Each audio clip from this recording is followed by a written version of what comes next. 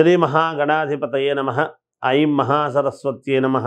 శ్రీ లలితాంబికాదేవ్యే నమః. ప్రేక్షక మహాశయులకు ఈ క్రోధీనామ సంవత్సర ఉగాది పండుగ శుభాకాంక్షలు తెలియజేస్తూ ఈ 2024 క్రోధీనామ సంవత్సరం ఉగాది పండుగ నుండి ద్వాదశ రాసుల వాళ్లకు ఎలా ఉండబోతుంది, ఏమిటి ఈ సంవత్సరం అంతా కూడా ఎవరెవరి వ్యక్తిగతమైనటువంటి జాతకాలు ఏ విధంగా ఉండబోతున్నాయి, ఏమేమి పరిహారాలు చేసుకుంటే మీకు ఇంకా మేలు జరుగుతుంది అనేటువంటి విషయం గురించి ఇప్పుడు మనము తెలుసుకుంటూ ఉన్నాము. ఉగాది పండుగ వచ్చింది అని అనగానే అందరూ కూడా రాశి ఫలాల యొక్క మా వ్యక్తిగతమైనటువంటివి ఎలా ఉన్నాయి అని ఎదురు చూడటమే అందరికీ కూడా ఒక ఆనందము ఉంటుంది. అందుకని వాటి గురించి ఇప్పుడు నేను తెలియజేస్తున్నాను. 12 రాసుల వాళ్ళ వివరాలు ఇప్పుడు మనము తెలుసుకుందాం. కుంభరాశి ధనిష్ట నక్షత్రము 3-4 పాదాలు, శతభిష నక్షత్రము 4 పాదాలు, పూర్వాభాద్ర నక్షత్రం 1-2-3 పాదాలు కలిసి కుంభరాశి అవుతుంది. ఈ రాశి వారికి ఆదాయము 14, వ్యయం 14, రాజపూజ్యత 6, అగౌరవము 1. కుంభరాశి వారికి ఈ సంవత్సరము చాలా బాగుంది. సంకల్ప సిద్ధి, మీరు ఏదైతే లోపల మనస్సులో సంకల్పము చేసుకుంటారో అది సిద్ధించి తీరుతుంది. ఏ కార్యక్రమము తలపెట్టినా జయము కలుగుతుంది. అధిక శ్రమ అనేటువంటిది ఉంటుంది గాక, కానీ మీరు సంతోషంగా చేస్తారు. ఆ శ్రమకు ఓర్చి ప్రశంసలు అందుకుంటారు. ఉద్యోగాలు చేసేటువంటి చోట పై ఆఫీసర్లతో కానీ లేదా వ్యాపారాలు చేస్తున్నటువంటి చోట పై వాళ్ళతో కానీ మీరు ప్రశంసలు పొందటం అనేటువంటిది జరుగుతుంది. ఉద్యోగము చేసుకునేటువంటి వాళ్లకు ఉన్నతి, పదోన్నతి అనేటువంటిది ఉన్నది. ధనలాభం కలుగుతుంది గాక, స్త్రీల వల్ల లాభం అని ఇస్తున్నాడు. కీర్తి ప్రతిష్టలు పెరుగుతాయి గాక, మీకు మంచి పేరు రావటం అనేటువంటిది జరుగుతుంది. అంటే ఇదేమిటి, ఇంతవరకు మాకు పేరు లేదా అనుకోవచ్చు, కానీ అలా కాదు. ఒక పని చేస్తూ ఉన్నప్పుడు ఓ దీంట్లో ఆయన చాలా బాగా చేశాడు ఫలానా వ్యక్తి అని ఒక పేరు, మీ పేరు దశ దిశలా వ్యాప్తమయ్యేట్టుగా మీ యొక్క ప్రవర్తన ఉంటుంది అని తెలియజేస్తున్నాను. ఆదర్శముగా ఉండటము, మిగతా వాళ్ళ కంటే కూడా అందరినీ మిమ్మల్ని చూసి నేర్చుకునేటువంటి విధానముగా ఆదర్శముగా ఉంటారుగాక.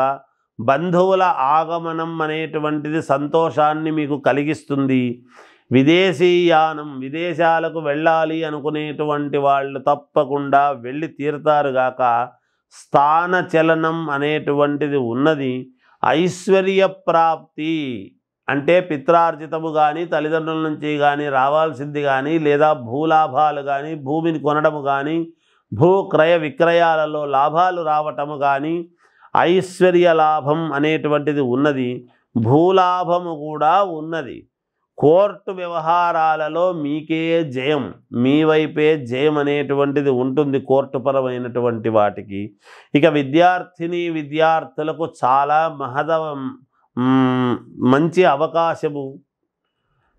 బాగా చదువుతారు, మంచి మార్కులు తెచ్చుకుంటారు, మెడల్స్ సాధిస్తారు, మంచి ఉత్తీర్ణత పొందేదానికి మంచి కాలముగా ఉన్నది. సినిమా వాళ్లకు కూడా చాలా యోగవంతమైనటువంటి కాలముగానే చెప్పవచ్చును. సీరియల్స్, సినిమాల్లో నటించేటువంటి వాళ్లకు అద్భుతమైనటువంటి కాలము. రాజకీయముగా ఉండేటువంటి వాళ్లకు అద్భుత యోగం అనేటువంటిది ఉన్నది. అంటే పదవి అనేటువంటిది వరించి తీరుతుంది అని దాని అర్థము. ఏది ఏమైనా వ్యక్తిగతమైనటువంటి జాతకాలను ఒక్కసారి పరిశీలన చేసుకోండి. ఏమన్నా తేడాలుంటే సరిదిద్దుకోండి. ఇవన్నీ కూడా మీరు కూడా మీ జాతకములో పొందుదురుగాక. ఇంకా మెరుగైనటువంటి ఇవి పొందాలి అనుకునేటువంటి వాళ్లకు ఇంటి దేవుణ్ణి ఆరాధించండి, మేలు జరుగుతుంది. జయోస్తు. క్రోధీనామ సంవత్సరం అంటే ఏమిటి అంటే ఈ సంవత్సరము పేరులో మామూలుగా క్రోధి అనంగానే అంతా క్రోధము అనేటువంటిది కోపము అనుకుంటాము. అది ఉంటుంది, వాస్తవమే. క్రోధము ఉంటుంది, కోపము ఉంటుంది. కోపాగ్ని, క్రోధాగ్ని అంటాం మనం. అంటే కొన్ని చోట్ల అగ్ని కీలలు అనేటువంటివి కూడా రావటము జరుగుతుంది అనేటువంటిది కూడా ఉంటుంది. కానీ మరి ఓం ప్రథమములోనే మనం ఈ మాట చెప్పుకుంటున్నామే అంటే మరి పేరును బట్టే కదా జరుగుతుంది ఏదైనా. అయితే అగ్ని, క్రోధాగ్ని అనంగానే మనకేమనిపిస్తుంది అంటే అబ్బా ఎలా ఉంటుందో ఏమో ఈ సంవత్సరం అనుకుంటాం. పైగా మంగళవారము, కుజుడు ప్రాధాన్యత, కుజుడు రాజైనాడు ఈ సంవత్సరం. మంగళవారము అనంగానే మంగళం మహత్తని, ఎప్పుడూ కూడా మంచిదే మంగళవారం. మంగళవారం ఎప్పుడూ కూడా చెడ్డది కాదు, మంగళకరమైనటువంటి రోజు మంగళవారము. కనుక ప్రజలందరికీ కూడా మేలే జరుగుతుంది గాక. అయితే క్రోధము, క్రోధాగ్ని అని ఎందుకంటున్నాము అంటే అక్కడక్కడ అగ్ని అనేటువంటివి కొంత కాస్త మనము అగ్ని మంటలు అనేటువంటివి జరుగుతూ ఉంటాయి. కానీ దాని వలన మన శరీరములో కూడా అగ్ని అనేటువంటిది ఉంటుంది గాక, కోపాగ్ని, క్రోధాగ్ని అని. ఈ ఎప్పుడు అంతర్మథనం అనేటువంటిది జరుగుతుంది. అంతర్మథనములో నుంచే కదా ఒక మహాద్భుతమైనటువంటిది ఆవిష్కృతం అవుతుంది. అది గమనించాలి మనం. అందుకని ప్రజలు ఎవరు కూడా ఆందోళన చెందాల్సినటువంటి పనేమీ లేదు. కుజుడు రాజైనటువంటి దాని వలన ఏమిటయ్యా లాభం అంటే భూములకు చాలా విలువ పెరుగుతుంది, రుణాలు బాగా చేస్తారు, అప్పులు చేస్తారు, కానీ అప్పులు తీర్చుకుంటారు కూడా. మరి అప్పు తీరాలంటే కూడా ధనమే కదా రావాలి. మరి దానికి కూడా మరి కుజుడు అనుకూలించాలిగా. కాబట్టి ఒక చోట పెద్ద అప్పు చేయటము, చిల్లర అప్పులన్నీ తీసేయడము జరుగుతుంది గాక, భూములకు విలువ చాలా పెరుగుతుంది గాక. అంతేకాకుండా ఎర్రటి ధాన్యానికి మంచి గిరాకీ, విలువ పెరుగుతుంది. అలాగే ఈ సంవత్సరము మాంగళిక దోషాలు, కుజదోషాలు ఇవన్నీ ఉండేటువంటి వాళ్ళు విపరీతముగా పూజలు, కార్యక్రమాలు చేసుకోవటం అనేటువంటిది జరుగుతుంది.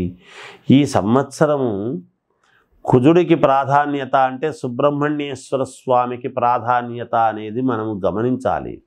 సుబ్రహ్మణ్యేశ్వర స్వామికి ప్రాధాన్యత అంటే ఏమిటి అంటే సంతానాన్ని ఇవ్వవలసినటువంటి వాడు కూడా సుబ్రహ్మణ్యేశ్వర స్వామి. వివాహము కావాలి అంటే కుజుడి యొక్క ప్రభావమే.